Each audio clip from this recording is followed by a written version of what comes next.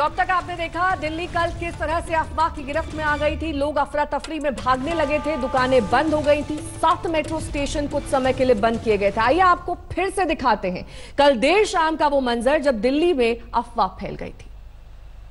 शांति व्यवस्था को खतरे में डालने की कोशिश न करें।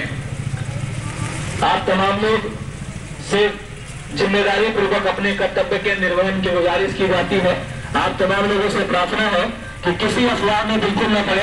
चारों ओर बिल्कुल शांति व्यवस्था बनी हुई है, कहीं कोई समस्या नहीं है। आप तमाम लोगों से प्रार्थना की जाती है कि आप तमाम लोग इस बात को सुनिश्चित करें कि आपके इलाके में सौहार्द बना रहे, आपसी भाईचारा बना रहे।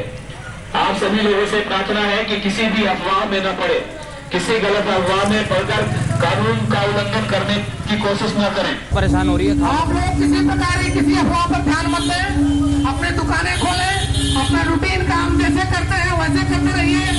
किसी प्रकार की किसी भी अफवाह पर आप ध्यान मत दें। दुकान खोलिए, काम करिए, रूटीन काम करते रहिए। किसी प्रकार की किसी अफवाह पर आप लोग ध्यान नहीं देंगे। कुछ भी नहीं है, ये जानबूझ के कोई कोशिश कर रहा है कि भाइयों बहनों के बीच में कुछ झगड़ा फैला रहे हैं और जानबूझ के कर रहा है। कुछ नहीं है, शांति बनाएगा। कोई भी है, हम लोग है आपका साथ, ठीक है। मैंने यहाँ साथियों ने सबने गलियों के अंदर घूम के सब में ऐलान किया है, कोई दिक्कत नहीं है, सब ठीक ठाक है जी। वो एक झटके में जो हो गया जी, बहुत कोई दिक्कत नहीं है। नहीं, मैं सभी लोगों से मेरा निवेदन यही है कि जो भी फैला रहा है उनको ऊपर कार्रवाई होगा और आप लोगों का यही निवेदन है कि आप लोग शांति बना रखें। दिल्ली पुलिस जिंदाबाद, दिल्ली पुलिस जिंदाबाद, दिल्ली पुलिस जिंदाबाद, जिंदाबाद, डीसीपी साहब जिंदाबाद। यहाँ पे ख्याला में वहाँ पे सट्टा चल रहा था, जो कि ताश चल रहा था। रियलिटी ये रिपोर्ट है, स्पेशल टीम की वहाँ पे छापा मारा गया, ठीक है, स्पेशल फोर्स ने। वहाँ पे फिर फायरिंग भी हुई है। लोगों की ऐसी भगदड़ थी कि भागो भागो भागो भागो। अच्छा, पूरी सिचुएशन मतलब ये समझ लो कि लोग कह रहे हैं कि भाई कुछ हो जाएगा यहाँ पे। कुछ नहीं है, यहाँ जो भी है अफवाह फैलाई है किसी ने। क्या अफवाह फैली? ये अफवाह ये फैलाई है कि यहाँ दंगे हो चुके हैं, मुसलमान बाहर निकल चुके हैं, एक दूसरे को मार रहे हैं, गाड़ी चला रहे हैं। तो ऐसा कुछ नहीं है, जितने भी है पुलिस है, कोई दिक्कत नहीं है, यहाँ भी है, हर जगह है, ठीक है ना। फैला पड़ा है, लेकिन कोई सारी अफवाह है। Everything is normal, things are under control, but rumours were spread just like a viral. ये पहला मौका नहीं है जब अफवाहों से खौफ पैदा करने की कोशिश की गई। अफवाह वाले लोग समय समय पर ऐसी झूठी खबरें फैलाकर समाज की शांति भंग करने की कोशिश करते हैं। ऐसे में जरूरत है आप समझदारी और सूझबूझ से काम लें। कुछ बातों का ध्यान रखें जिससे आप खुद को और समाज को अफवाह की चपेट में आने से रोक सकें।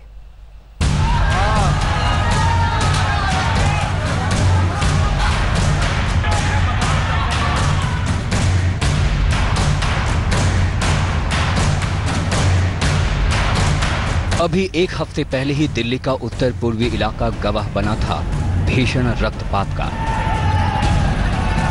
24 और 25 फरवरी को नॉर्थ ईस्ट दिल्ली के कई इलाकों में उपद्रवियों ने ऐसा तांडव मचाया कि देखते ही देखते बस्तियां जलने लगी। घर, दुकानें, गाड़ियां, जिसे जो नजर आया वही नफरत की आग का शिकार होने लगा। बाबरपुर, भजनपुरा, मुस्तफाबाद, करावल नगर, शिव विहार, मौजपुर, ब्रिजपुरी, खजूरी खास, ब्रह्मपुरी वो तमाम इलाके हैं जहां हफ्ते भर पहले जमकर हिंसा हुई थी। लोग एक दूसरे के खून के प्यासे हो गए थे।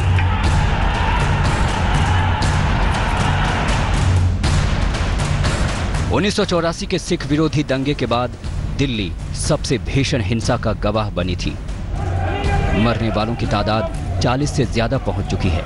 संपत्तियों के नुकसान का तो फिलहाल अंदाजा भी नहीं लगाया जा सका है।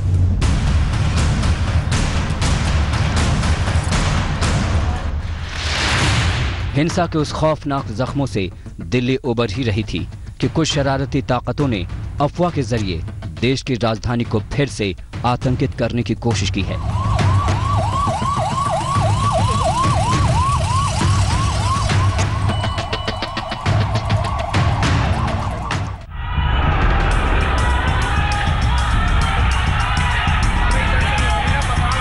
दिल्ली या देश के किसी हिस्से में ऐसा पहली बार नहीं जब अफवाह ने लोगों को आतंकित कर दिया। याद कीजिए 3 साल पहले का चोटी कांड, जब रहस्यमय तरीके से महिलाओं और लड़कियों की चोटियां काटने की अफवाह फैली। इससे कई दिनों तक लड़कियों में खौफ रहा। बाद में पता चला कि ये कुछ शरारती तत्वों की कारस्तानी थी। पुलिस की सक्रियता से इसे काबू किया जा सका। इसी तरह 19 साल पहले दिल्ली में मंकी मैन की अफवाह फैली थी। अफवाह फैलाई गई कि बंदर जैसी आकृति वाला इंसान लोगों पर हमले कर रहा है। इस अफवाह ने दिल्ली में सबसे ज्यादा यमुना पार के लोगों को परेशान किया। लेकिन कुछ दिनों बाद ही मंकी मैन कहां गया, किसी को पता नहीं। आज तक ये पता भी नहीं चल पाया कि मंकी मैन था भी या नहीं। कुछ साल पहले देश के कुछ हिस्सों में मुंह नोचवा की अफवाह भी काफी खौफ मचा चुका है। लेकिन जिस अफवाह से सबसे ज्यादा नुकसान हुआ वो पिछले साल बच्चा चोरी गैंग को लेकर थी। बच्चा चोर होने के शक में शहर शहर में मॉब लिंचिंग की खबरें आने लगीं। बड़ी मुश्किल से पुलिस इस अफवाह पर काबू पा सकी। आखिर वो क्या बात है कि लोग ऐसी बातों पर यकीन कर लेते हैं जिसमें कोई सच्चाई नहीं होती।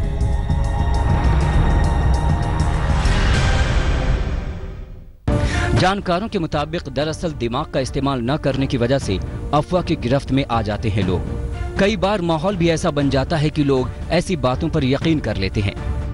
चूंकि दिल्ली का एक हिस्सा हफ्ते भर पहले ही भीषण हिंसा का गवाह बना था, इसलिए लोगों को लगा होगा कि पहले अपने जान माल की रक्षा करें या खबर की सत्यता की जांच करें। आप लोग किसी प्रकार की किसी अफवाह पर ध्यान मत दें। अपने दुकानें खोलें, अपना रूटीन काम जैसे करते हैं वैसे करते रहिए। किसी प्रकार की किसी भी अफवाह पर आप ध्यान मत दें। दुकान खोलिए, काम करिए, रूटीन काम करते रहिए। किसी प्रकार की किसी अफवाह पर आप लोग ध्यान नहीं देंगे। अफवाह से बचने का एकमात्र सटीक जानकारी ही है। अगर कुछ लोग भाग रहे हैं तो आपके पास दो विकल्प हैं। उनके साथ आप भी भागें या ठहर कर पूरा मामला जानें। अगर आप रुक कर पूरी तफ्तीश करें तो हो सकता है कि जो लोग भाग रहे हैं वो भी संभल जाएं। पुलिस से तुरंत संपर्क करें। अपने पास के किसी भरोसेमंद व्यक्ति से बात करें। टीवी की खबरों से इसकी पुष्टि करें। ध्यान रखें कि अगर आपको किसी खबर की सच्चाई का पता न हो तो उसे दूसरे से शेयर ना करें, क्योंकि अफवाह एक दूसरे के जरिए ही फैलती है। अगर आप संभल जाएंगे तो कम से कम अफवाह की एक कड़ी टूट जाएगी। सही समय पर आपकी थोड़ी सी समझदारी आपको और आपके आसपास के लोगों को अफवाह के आतंक से बचा सकती है। इसलिए ना अफवाह फैलाएं, ना अफवाह का माध्यम बने। आज तक ब्यूरो।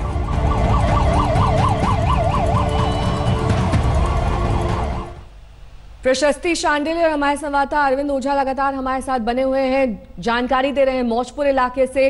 अरविंद, जहां पर आप खड़े हैं वहां की तस्वीरें दिखाइए। वहां पर इस वक्त क्या हालात है, क्या फ्लैग मार्च चल रहा है?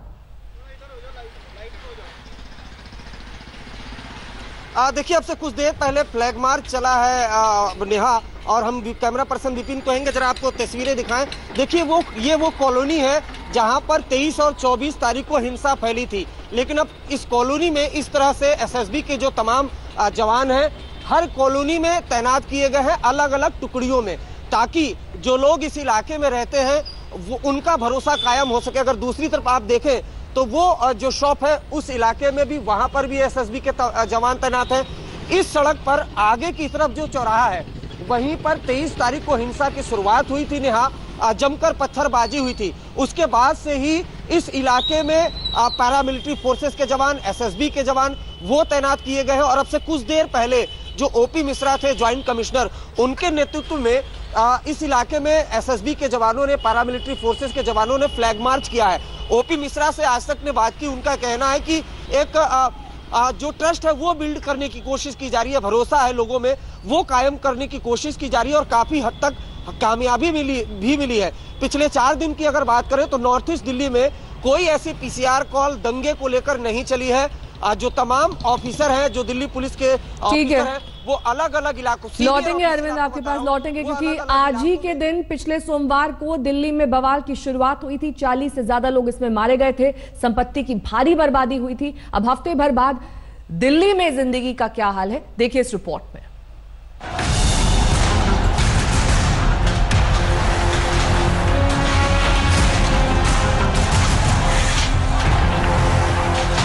पिछले हफ्ते वो सोमवार का ही दिन था जब उत्तर पूर्वी दिल्ली के कई इलाके सुलग उठे। जाफराबाद नागरिकता संशोधन कानून के समर्थन और विरोध में प्रदर्शन के दौरान हुड़दंगियों ने एक दूसरे पर पत्थर क्या फेंका, पूरे इलाके की शांति में आग लग गई।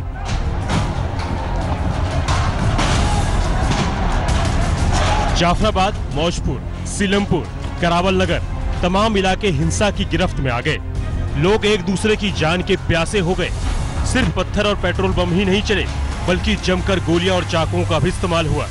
घरों में तोड़फोड़ हुई, संपत्तियां लूटी गई, कारों को आग में झोंका गया। 2 दिन उत्तर पूर्वी दिल्ली के इलाके भयंकर हिंसा की चपेट में रहे।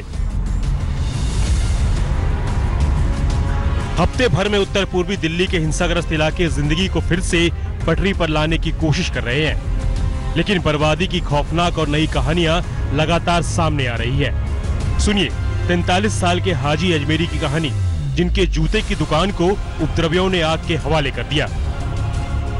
मेरी जमा पूंजी थी और यहाँ पर आने के मेरी पूरी जिंदगी का सपना था। मुसलमानों में रहता हूँ, मुसलमानों में रहता था, लेकिन 15 के बाद छोटी मेरी फैमिली थी, एक बेटी एक मेरा बेटा है। मुझे ऐसा लगा कि मुझे यहाँ सुकून मिलेगा और आज भी यकीन के साथ कह रहा हूँ कि इंशाल्लाह मुझे यहीं सुकून मिलेगा जहाँ पर मेरा सब में आग लगी। यहाँ हर किसी की अपनी कहानियां हैं, दिल दहलाने वाली, मरमाहत करने वाली। तो मैं तो यहाँ पर था नहीं, मेरे पास फोन पहुँचा कि भाई गड़ी मेंढू में जो है वो कर रहे हैं लूटपाट, गंदे लोग, मतलब जो बाहर के लोग थे वो यहाँ पर हिंसा कर रहे हैं। आपके परिवार का कोई भी नहीं था जब? मेरे परिवार के थे, मैं बाहर था, मेरा परिवार था, तो मुझे परिवार ने फोन किया। मैंने कहा तुम भी अपने सेफ होकर चले जाओ। समझ गए, हम उन किसी आदमी को पहचानते नहीं कौन थे। दिल्ली पुलिस को 2 दिन लग गए हालात को संभालने में। तब तक बहुत बर्बादी हो चुकी थी। अब पूरे इलाके में पुलिस का पहरा है। जहां हिंसा हुई थी वहां दुकानें खुल चुकी हैं। लोग अपनी जिंदगी को फिर से पटरी पर लाने के लिए जद्दोजहद कर रहे हैं। शुरुआत तो अब धीरे धीरे, देखो ये इतना बड़ा इंसिडेंट हो गया है कि समय लगेगा, लेकिन मेरी समझ से हमारे वहाँ पे भी रहते हैं लोग, हमारे यहाँ उनके लोग यहाँ पे भी रहते हैं, तो मेरी समझ से थोड़ा समय लगेगा, लेकिन हो जाएगा धीरे धीरे। सब दिखानी पड़ेगी, सब लोगों को मिलके आगे आना पड़ेगा। सबको ये कामों में सबको सद्भावना बनानी पड़ेगी। ये नहीं सोचना पड़ेगा ये हिंदू है ये मुसलमान है, सबको एक होना पड़ेगा। मरने वालों का आंकड़ा 40 के पार पहुँच चुका है। कई अस्पतालों में अभी भी जख्मी लोगों का इलाज चल रहा है। एसडीएम की टीम यहाँ पर लगा दी गई है, जो यहाँ उनके परिजनों के साथ उनका फॉर्म भरवाया जा रहा है। कई लोगों के आधार कार्ड या उनके डिटेल अब नहीं है इनके पास, जिनका घर जल चुका है। तो अभी जो लोग यहाँ एडमिट हुए हैं, हॉस्पिटल के जो एडमिट नंबर है उनका, उसके आधार पर उनको सरकार की तरफ से सहयोग देने का काम शुरू हो गया है। हालात को बेहतर करने की कोशिश में दोनों बिरादरी के लोग भी सक्रिय हैं। कल जाफराबाद इलाके में हिंदू मुस्लिम एकता पैदल मार्च इसकी तस्दीक करता है कि हम हिंदू मुसलमान सिख ईसाई हम सब हिंदुस्तानी हैं और हम ये चाहते हैं अमन, पैगाम, शांति से, भाईचारे से रहें। जो हिंदू मुस्लिम हैं हम सब एक साथ रहें, ना फाइट करें। हमारा जो ये प्यार है ये हमेशा एक ही साथ रहे। भाईचारा बना रहे आपस में सभी का, बस इससे ज्यादा हम बोलें कि लड़ाई झगड़ा बेकार है, कोई फायदा नहीं है। समाज को ऐसी ही समझदारी बनाए रखने की जरूरत है, क्योंकि जब भी आपसी समझ और भरोसे का धागा टूटता है, ऐसी ही खौफनाक तस्वीरें सामने आती हैं। आज तक ब्यूरो। प्रशस्ति शांडिल्य हमारे संवाददाता मौजपुर से हमारे साथ जुड़ी हुई। प्रशस्ति, वहां क्या स्थिति है, क्या माहौल है?